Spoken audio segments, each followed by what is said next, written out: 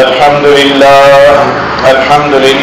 نحمده ونستعينه ونستغفره ونؤمن به ونتوكل عليه ونعوذ بالله من شرور أنفسنا ومن سيئات أعمالنا من يهده الله فلا مضل له ومن يضلله فلا هادي له ونشهد أن لا إله إلا الله وحده لا شريك له ونشهد أن سيدنا ومولانا محمدا عبده ورسوله الذي يرسل بالحق بشيرا ونذيرا أما بعد قال الله تبارك وتعالى في القرآن المجيد بسم الله الرحمن الرحيم يا أيها الذين آمنوا ادخلوا في السلم كافة ولا تتبعوا خطوات الشيطان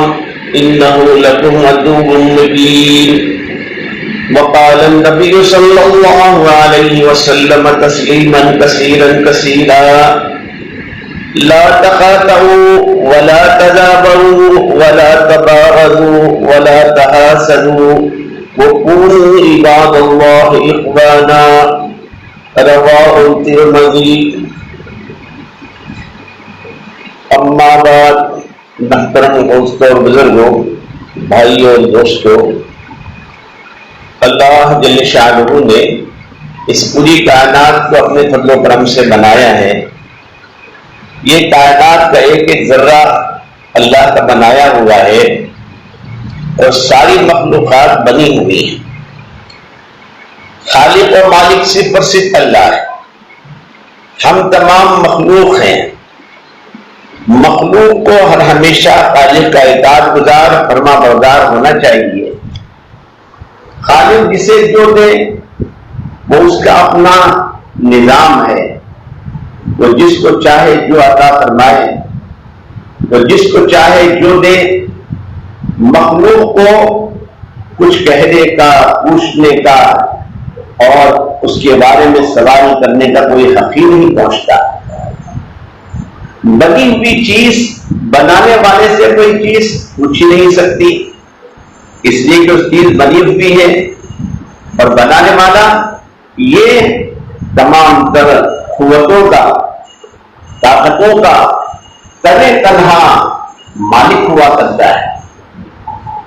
اللہ پاک نے اپنی قدرت سے ساتوں آسمان بنائے، ساتوں زمین بنائے، فرشتوں کو بنایا، جنات کو بنایا، انسانوں کو بنایا، اور بہت ساری بے حد حساب مخلوقات کو اللہ پاک نے پیدا فرمایا۔ اللہ پاک نے جنات کو بنایا آگ سے،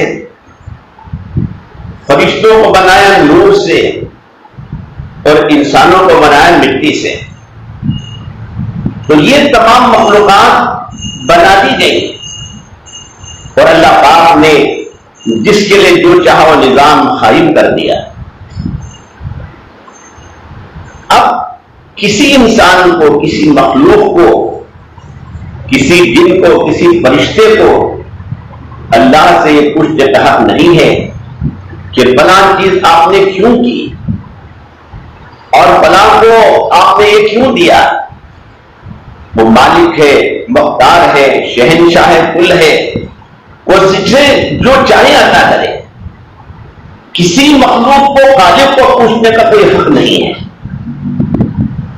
اللہ پاک نے جب انسانوں کو پیدا کیا تو انسانوں کے باپ آدم علیہ السلام کو سب سے پہلے پیدا کیا اپنی قدرت سے۔ ان کا اللہ پاک نے مٹی سے بنایا ہے۔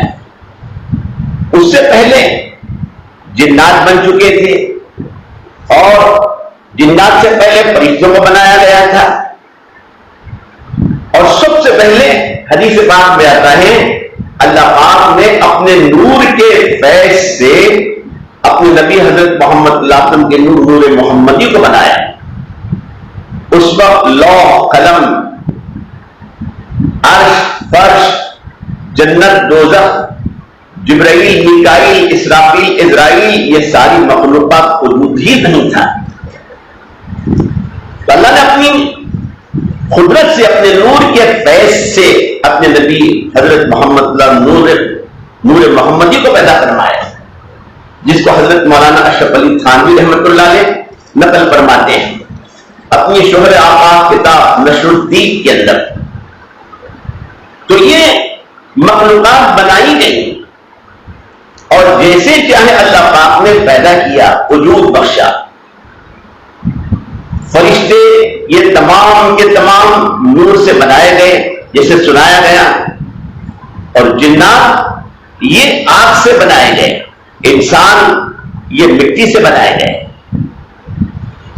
فرشتوں کو اللہ پاک نے کائنات میں آنے جانے کا نظام دیا، ان میں 4 فرشتوں کو سب سے افضل بنایا، جبرائیل، میکائیل، اسرافیل، عزرائیل، ان تمام کے سردار حضرت جبرائیل علیہ السلام۔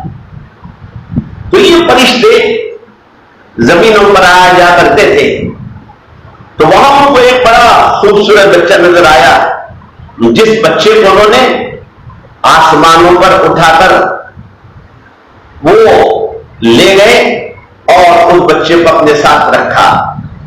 یہ فرشتہ کون تھا؟ یہ بچہ کون تھا؟ معاف کیجیے، بچہ کون تھا؟ فرشتہ نہیں، بچہ کون تھا یہ جس کو فرشتے اٹھا کے لے گئے؟ تو یہ بچہ اصل میں شیطان تھا، جو جنات تھا، ان کے خاندان سے تعلق رکھتا تھا، جو جن تھا۔ تو یہ شیطان جو جن، یہ چھوٹا سا بچہ فرشتوں کی صحبت میں رہ کر نمازی بنا، متقی بنا، دیندار بنا، عارف بنا، عابد بنا۔ ان سے پہلے وہ علم سیکھتا رہا، رکھتا رکھتا علم سیکھنے کے بعد روایت تفاصیل ملتی ہے وہ فرشتوں کو دوسرے پڑھانے میں لگا۔ تو گویا یہ عابد تھا، عالم تھا، اور یہ عالم تھا، اس کی تمام یہ خوبیاں بڑھتی چلی گئی۔ کہا جاتا ہے لاکھوں برس اس نے اللہ کو سجدہ کیا۔ حضرت آدم علیہ السلام کو جب اللہ پاک نے پیدا کیا، اللہ کی اپنی مرضی، اللہ کی اپنی منشا، تو حضرت آدم علیہ السلام کے پیدا ہونے کے بعد اب شیطان کو اللہ پاک نے تمام فرشتوں کے ساتھ ملا کر اس بات کا حکم دیا کہ آدم علیہ السلام کو سجدہ کرو۔ سارے فرشتے بنے ہوئے اطاعت گزار وفاشوار اللہ کے حکم کے آگے، آدم علیہ السلام کے آگے وہ سجدے تعظیمی میں جھک گئے، مگر شیطان کھڑا رہا۔ اللہ پاک نے اس کھڑے ہوئے شیطان کو دیکھا جس کا پہلا نام عزازیل تھا۔ تمام فرشتوں نے سر اٹھایا، یہ کھڑا ہوا۔ اللہ پاک نے کہا کہ تو نے سجدہ کیوں نہیں کیا؟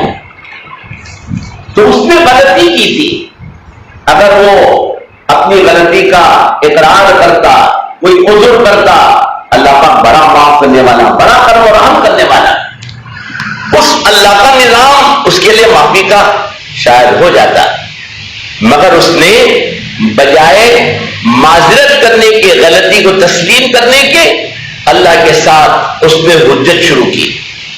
یوں کہا کہ میں آگ کا بنا ہوا، آگ جلاؤ اوپر جاتی ہے، اور یہ مٹی کا بنا ہوا آدم، مٹی جب اسے ڈالو تو نیچے گرتی ہے، میری صلاحیت بڑی ہوئی، اس کی صلاحیت کمتر، گویا میں افضل اور یہ کمتر، گویا نعوذ باللہ ثم نعوذ باللہ، وہ اللہ پر اعتراض کر رہا تھا کہ تیرا یہ حکم نعوذ باللہ ثم نعوذ باللہ غلط ہے، یہ تجھے حکم نہیں دینا چاہیے۔ اللہ پاک کے آگے کس کی چلتی ہے؟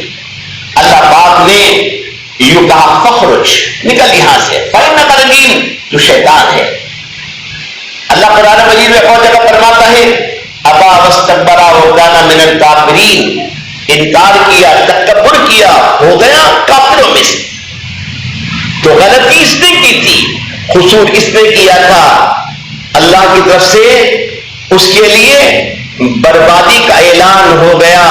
یہ بربادی کو خود اپنے دعوت دیا تھا، ورنہ اللہ پاک نے اسے برباد نہیں کیا تھا۔ تو یہ خود چونکہ عارف تھا، معرفت اللہ کی حاصل تھی، اس نے فوراً اللہ سے کہا اے میرے رب مجھے قیامت تک عمر دے دے۔ اللہ پاک نے کہا کہ جا دے دیا۔ اس پر اس نے کہا کہ اب میں یہ کروں گا، یہ آدم کی وجہ سے جن کی وجہ سے میں برباد ہوا ہوں، میں ان کی اولاد کو بہکاؤں گا، ان میں سے بہت ساروں کو جہنم میں لے جاؤں گا۔ تیرے متقی پرہیزگار بندوں پر تو میرا کچھ نہیں چلے گا، مگر ان میں سے بہت ساروں کے ساتھ اپنے جہنم میں لے جاؤں۔ اللہ پاک نے فرمایا میرا فیصلہ عدل ہے، جو تیرے پیچھے چلیں گے ان تمام کو تیرے ساتھ جہنم میں جھونکوں گا۔ ہاں توبہ کا دروازہ کھلا ہوا ہے، توبہ کر لے مرنے سے پہلے تو میں سب معاف کر دوں گا۔ تو بہرحال یہ شیطان برباد اپنی غلطی سے ہوا تھا، خدا کا حکم توڑ کر، اللہ کی بات نہ مان کر، مگر حسد اس کے دل میں پیدا ہو گیا حضرت آدم علیہ السلام کے بارے میں، ان کی اولاد کے بارے میں، کہ میں ان کی وجہ سے برباد ہوا۔ اب دیکھیے کتنی بڑی غلطی ہے، کتنا بڑا قصور ہے۔ غلطی تو خود کرے اور الزام دے آدم علیہ السلام پر، تو اس نے حضرت آدم علیہ السلام سے دل میں حسد پیدا کر لیا۔ حسد کس وجہ سے پیدا ہوتا ہے؟ کسی کے مقام کو دیکھ کر، کسی کے علم کو دیکھ کر، کسی کے حسن کو دیکھ کر، کسی کے مال کو دیکھ کر، کسی کی اولاد کو دیکھ کر، اور کسی کی صحت کو دیکھ کر۔ یعنی یہ چیزیں اللہ پاک سب کو یکساں دیا ہوا نہیں ہے۔ بادشاہ بھی اسی نے بنایا، فقیر بھی اسی نے بنایا، اولاد بھی اسی نے دی، بے اولاد بھی اسی نے کیا، لڑکے دیے تو اسی نے دیے، لڑکیاں دی تو اسی نے دی، خوبصورت بنایا تو اسی نے بنایا، بدصورت بنایا تو اسی نے بنایا، پوزیشن دی تو اسی نے دی، پوزیشن نہیں دی تو اسی نے نہیں دی، مال دیا تو اسی نے دیا، مال نہیں دیا تو اسی نے نہیں دیا۔ وہ سب کچھ اسی کے ہاتھوں میں ہے اور سب کچھ وہی کر رہا ہے۔ لوگ انسان دھوکہ کھاتے ہیں، ہم کر رہے ہیں۔ انسان کچھ نہیں کر سکتا۔ مرنے کے بعد آدمی کیا لے کر جاتا ہے؟ خالی ہاتھ آیا تھا خالی ہاتھ جائے گا۔ کسی شاعر نے کہا لایا تھا کیا سکندر، کیا لے گیا جہاں سے، خالی تھے ہاتھ دونوں باہر کفن سے نکلے۔ یہ سکندر پوری دنیا کے شہنشاہ تھے، یہ زبردست مومن بندہ تھے۔ ان کے بارے میں دو روایتیں ملتی ہیں، ایک روایت ملتی اللہ کے پیغمبر تھے، دوسری روایت ملتی اللہ کے نیک صالح بندہ تھے۔ جو بھی ہو بڑے نیک بڑے صالح، اللہ پاک نے پوری دنیا کی حکومت ان کو عطا فرمائی تھی۔ دنیا سے گئے، حکومت ان کے ساتھ نہیں گئی، دولت ان کے ساتھ نہیں گئی، فوج ان کے ساتھ نہیں گئی۔ خالی ہاتھ آئے تھے خالی ہاتھ گئے۔ انہوں نے مرنے سے پہلے لوگوں کو وصیت کر دی تھی کہ لوگوں میرے دونوں ہاتھ کفن سے باہر رکھ دو، جنازے میں جب سلاؤ تو دونوں ہاتھ کفن سے باہر رکھ دو، تاکہ دنیا دیکھ لے کہ سکندر ذوالقرنین پوری دنیا سے خالی ہاتھ جا رہا ہے۔ تو شیطان بہرحال اب آدم علیہ السلام کا دشمن بن چکا تھا۔ اس نے مختلف انداز سے حضرت آدم علیہ السلام اور حضرت حوا کو بہکانا شروع کیا۔ حضرت آدم حوا علیہ السلام جنت میں بڑے مزے سے آرام کی زندگی گزارتے رہے۔ اللہ پاک نے فرمایا کھاؤ پیو مزے سے رہو، مگر فلاں درخت کے قریب نہ جانا۔ وہ درخت کون سا ہے؟ بعض مفسرین نے انجیر کا کہا، بعض نے کہا گیہوں کا، بعض نے کہا جوار کا۔ بہرحال خطِ نظر اس سے کہ درخت وہ کون سا تھا، بس اتنا سمجھ لیں ہم۔ اللہ نے فرمایا اس درخت کے قریب نہ جاؤ۔ اب شیطان جب وہ اللہ کے دربار سے راندہ ہو گیا، برباد ہو گیا، تو یہاں کیسے پہنچا؟ وسوسوں کے ذریعے پہنچا۔ یا جنات کو اللہ پاک نے شکل سانپوں کی بنانے کی دی ہے، اس نے کوئی نہ کوئی شکل اختیار کر کے وساوس میں ان دونوں کو مبتلا کر دیا۔ قسمیں کھا کھا کے کہنے لگا کہ میں تمہارا بالکل وفادار ہوں اور تمہارا گویا خیر خواہ ہوں، میں کوئی غلط مشورہ تمہیں نہیں دیتا. قسمیں بار بار کھانے والا آدمی عام طور سے جھوٹا ہوتا ہے. اس میں قسمیں کھا کھا کر تسلی دلائی. بار بار قسمیں کھانے کو دیکھ کر کبھی نیک اور صالح لوگ، اچھے لوگ ان قسموں پر اعتبار کر لیتے ہیں، شاید یہ بیچارہ اتنی قسمیں کھا رہا ہے سچا ہوگا. تو شیطان نے ان کو قسمیں کھا کھا کر، چونکہ شکل بدلی ہوئی تھی، اس نے دھوکہ دیا. بہرحال اس نے ان کو اس درخت کے قریب جا کر اس کا پھل کھانے پر وہ مجبور کر دیا. دونوں نے پھل کیا کھایا کہ دونوں کو اللہ پاک نے ناراضگی کا اظہار کر کے ان کے جنت کے کپڑے چھین لیے اور ان کا سطر یہ کھلنے لگا ایک دوسرے کے آگے. وہ جلدی جلدی دوڑ کر اور درختوں سے پتے لے کر اپنے بدن پر لپیٹنے لگے. اللہ پاک ناراض ہو کر حکم دیا کہ اب تم زمین پر چلے جاؤ. زمین کو اتار دیا گیا اور ایک مدت تک زمین پر رہو. اللہ پاک پہلے تو ناراض ہوا کہ تم نے میری بات کیوں نہیں مانی. میں نے بتایا نہیں تھا کہ درخت کے قریب نہیں جانا اور یہ پتوں کو، یعنی درخت کے پھلوں کو یہ تمہیں نہیں کھانا ہے. اب وہ دونوں ایک غلطی ہوئی شیطان سے واقعہ تکبر کیا. یہاں حضرت آدم علیہ السلام غلطی ہوئی تو انہوں نے اللہ کے حضور میں معافی چاہی. ربنا ظلمنا انفسنا وان لم تغفر لنا وترحمنا لنكونن من الخاسرین. ان کی مشہور جامع دعا ہے جو اللہ پاک نے ان کو سکھائی. اے ہمارے رب، ہم نے تیری نافرمانی کر کے اپنی جانوں پر ظلم کیا ہے. اگر تو ہمیں معاف نہیں کرے گا، ہم پر ہم نہیں کرے گا، ہم بہت خسارہ اٹھانے والے، نقصان اٹھانے والے ہو جائیں گے. تو اللہ پاک کے آگے یہ رو رہے، بل بلا رہے. کہا جاتا ہے 100 سال روئے. ایک حدیث پہ لکھا ہوا ہے.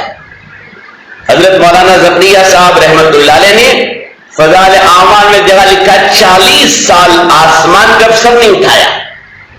ہمارے شرمندگی کے رو رہے اور ان کا رونا اتنا کہ سارے انسانوں کا رونا ترازو پلڑے میں جمع کر دیا جائے تو آدم علیہ السلام کا رونا ان کے آنسو بڑھ جائیں گے.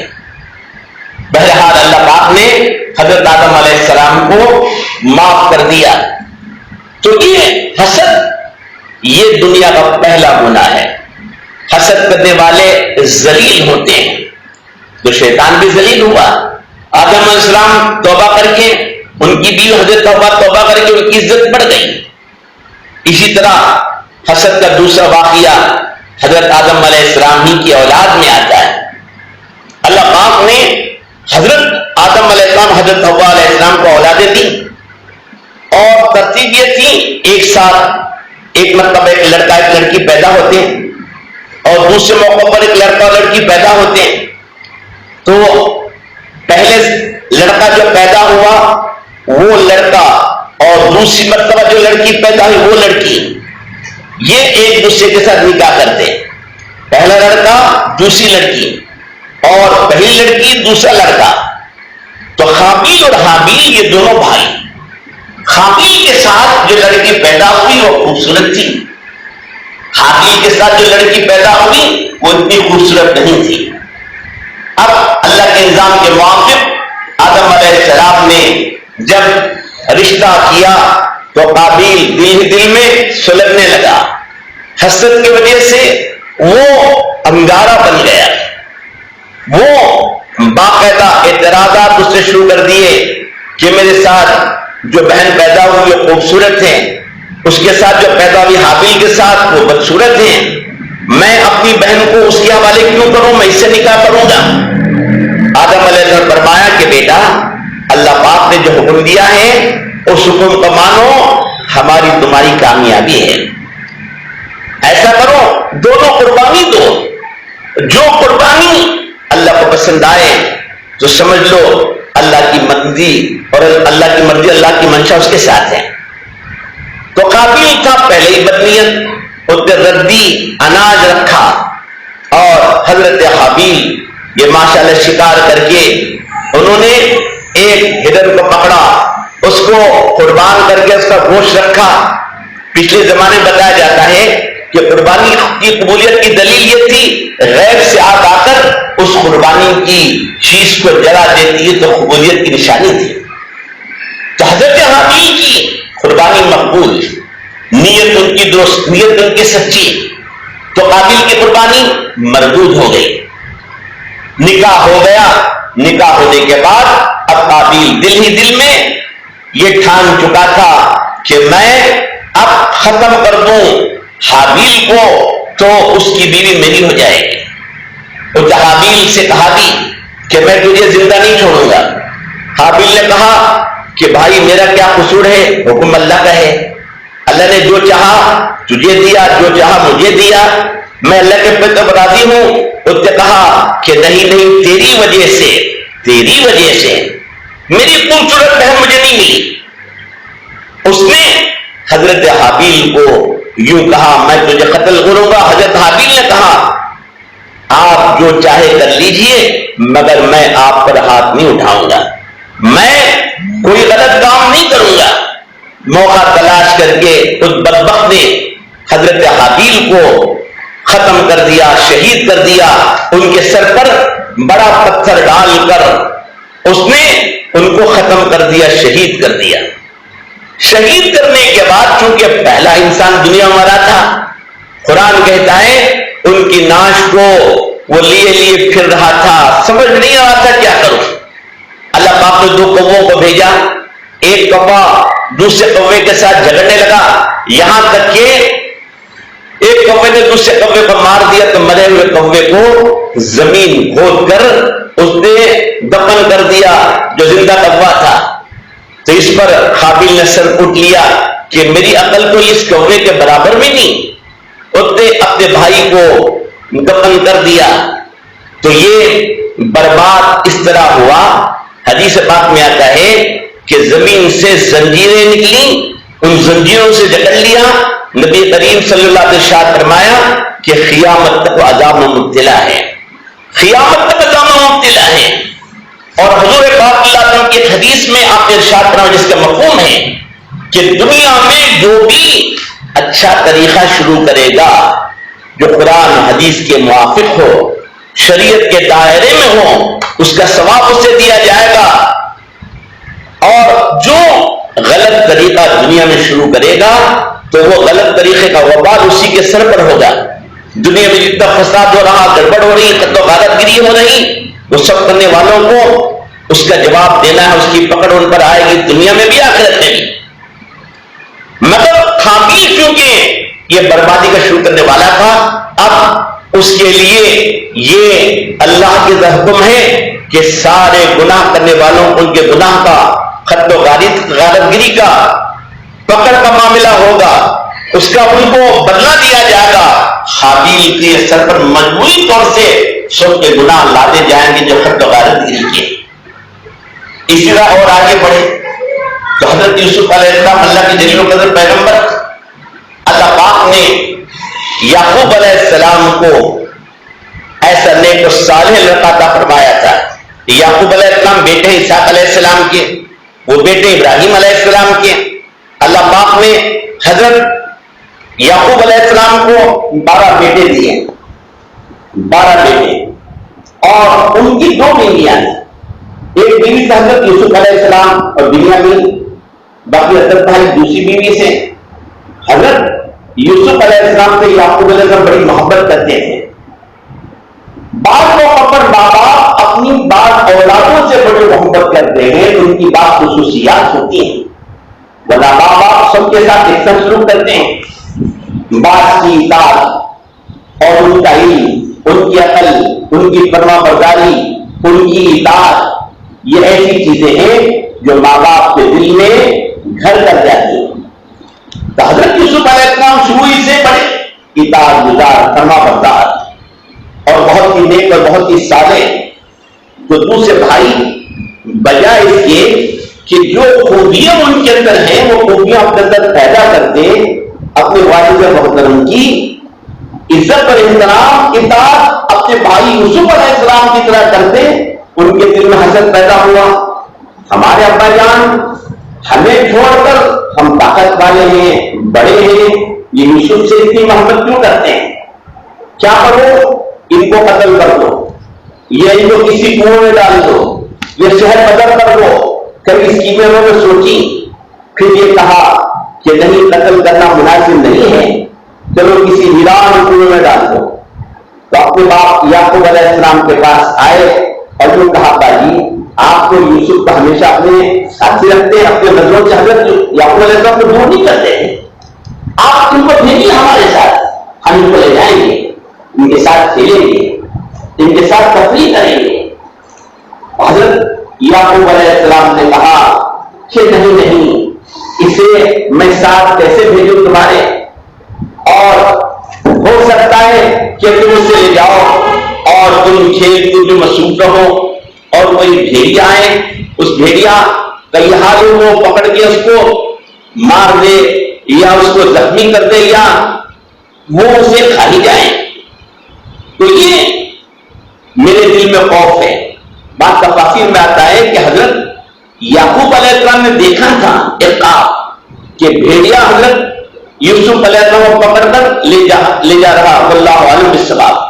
تو انہوں نے اپنا اشکال ان کے آگے ظاہر کیا، انہوں نے کہا ہم طاقتور قوت والے جو مکار ہوتے ہیں، اپنی مکاری کو چھپا کر وہ وفادار بن کر، وہ گویا اطاعت گزار بن کر، وہ اپنے آپ کو بہت ہی نیک و صالح بنا کر پیش کرتے ہیں۔ تو باپ کو بھی دھوکہ دیا، آپ کیا فرما رہے ہیں؟ ہم جیسے طاقتور ہو کر بھلا یوسف کو کوئی کھو سکتا ہے؟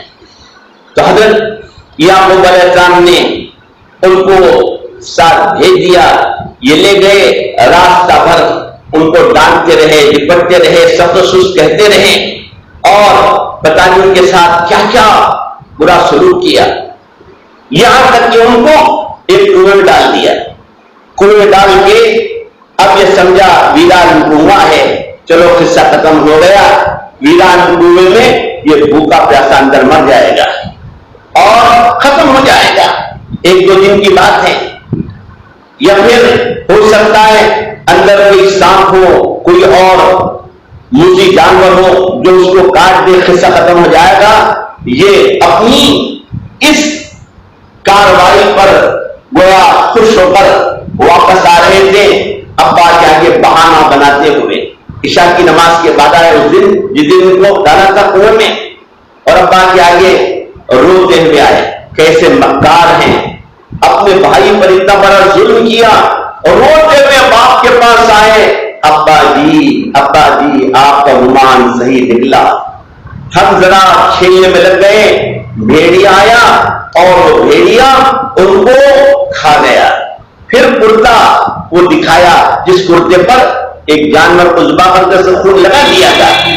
حضرت یعقوب علیہ السلام نے بجائے سختی کرنے کے بہت ہی حکیمانہ مدبرانہ جواب دیا۔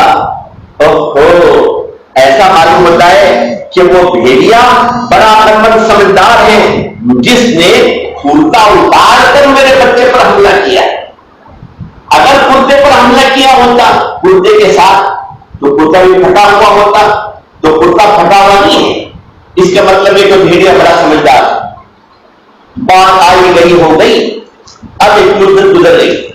حضرت یوسف علیہ السلام کو سنیے، اللہ پاک جس کو رکھے اسے کون چکھے۔ ایک قبیلہ آیا، ایک قافلہ کہیے، وہ قافلہ جا رہا تھا مصر کو، اس قافلے کو پانی کی ضرورت پڑی تو اس نے کنویں میں ڈول ڈالا، پانی ہے سمجھ کر، اس ڈول میں اللہ نے یوسف علیہ السلام دل میں بات ڈالی کہ بیٹھ جاؤ۔